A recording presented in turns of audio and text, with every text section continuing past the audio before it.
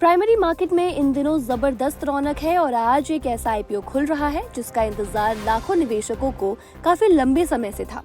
हम बात कर रहे हैं फिनटेक की दुनिया की दिग्गज ग्रो की parent company billion brains garage ventures limited के मच अवेटेड आईपीओ की।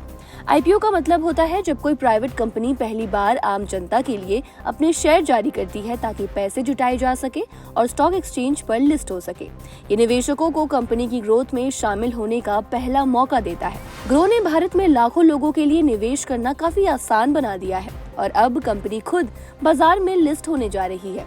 अगर आप इस आईपीओ में निवेश करने की सोच रहे हैं तो इससे जुड़ी कुछ जरूरी बातें हैं जो आपके लिए जान लेना बेहद जरूरी है। कंपनी की आईपीओ की सब्सक्रिप्शन विंडो 4 से 7 नवंबर तक खुली रहेगी। आईपीओ 6,632.30 करोड़ रुपए का एक बुक बिल्ड इशू है। 10.60 करोड़ रुपए के वैल्यू वाले 10.60 करोड़ शेयर और 5,572.30 करोड़ रुपए के 55.72 करोड़ ऑफर फॉर सेल का कॉम्बिनेशन होगा। आईपीओ का प्राइस बैंड 95 से 100 रुपए पर शेयर तय किया गया है। मिनिमम लॉट साइज 150 शेयरों का है और रिटेल इन्वेस्टर्स के लिए मिनिमम इन्वेस्टिंग अमाउंट 15,000 रुपए है। इस आईपीओ का 75% हिस्सा क्यूआईबीज यानी क्वालिफाइड इंस्टीट्यूशनल बायर्स के लिए रिजर्व है, लगभग 10% हिस्सा रिटेल इन्वेस्टर्स के लिए रिजर्व है और बचे हुए 15% नॉन इंस्टीट्यूशनल इन्वेस्टर्स के लिए रिजर्व रखे गए हैं। आईपीओ के शेयर अलॉटमेंट को 10 नवंबर को आखिरी रूप दिया जाएगा और 12 नवंबर को कंपनी के शेयर बीएसई और एनएसई यानी कि दोनों ही एक्सचेंजेस पर लिस्ट होंगे। मार्केट एनालिस्ट के अकॉर्डिंग अनलिस्टेड मार्केट में ग्रो आईपीओ जीएमपी 14.50 रुपए है, जो कैप प्राइस की तुलना में 14.5% ज्यादा है। बात करें कंपनी के ओवरऑल बिजनेस की तो ये कंपनी 2017 में बैंगलोर में एस्टैब्लिश की गई थी। ग्रो एक फिनटेक कंपनी है जो आम इन्वेस्टर्स को डिजिटल प्लेटफॉर्म के जरिए इन्वेस्ट करने की फैसिलिटी प्रोवाइड करती है।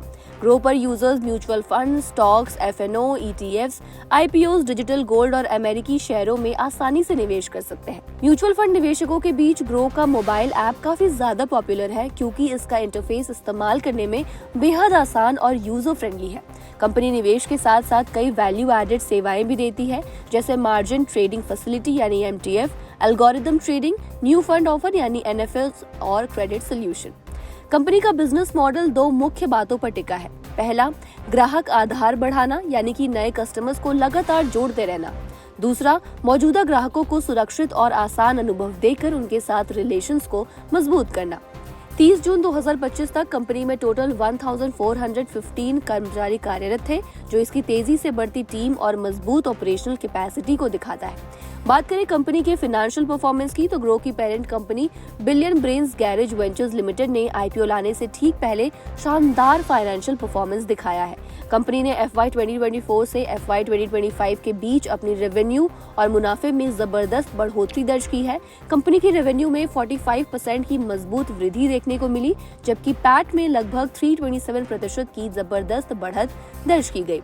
FY 2024 में कंपनी की कुल इनकम 2,795.99 करोड़ रुपए थी, जो FY 2025 से बढ़कर 4,061.65 करोड़ रुपए हो गई।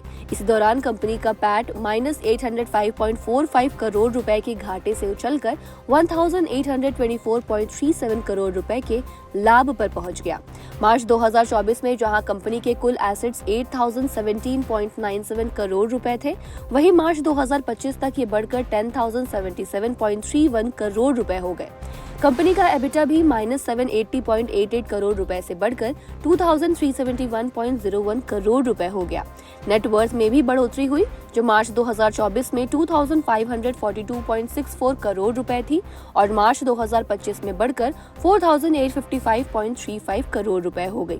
30 जून 2025 तक कंपनी ने 948.47 करोड़ का रेवेन्यू और 378.37 करोड़ का प्रॉफिट आफ्टर टैक्स दर्ज किया है। कंपनी आईपीओ से मिलने वाली राशि का इस्तेमाल अपनी ग्रोथ को और मजबूत करने के लिए करेगी। क्लाउड इंफ्रास्ट्रक्चर पर लगभग 152.50 करोड़ खर्च किए जाएंगे। ब्रांड और मार्केटिंग पर 225 करोड़ रुपए लगाए जाएंगे। कंपनी की योजना अपनी सहायक कंपनी को भी मजबूत करने की है। इसके तहत जीसीएस, जो एक एनबीएफसी है, उसकी पूंजी बढ़ाने के लिए 205 करोड़ रुपए लगाए जाएंगे।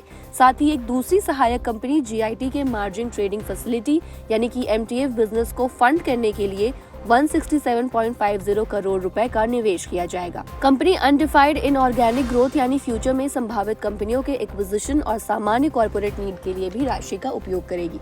तो आप इस IPO में निवेश करने की सोच रहे हैं या नहीं, हमें कमेंट बॉक्स में लिखकर जरूर बताएं।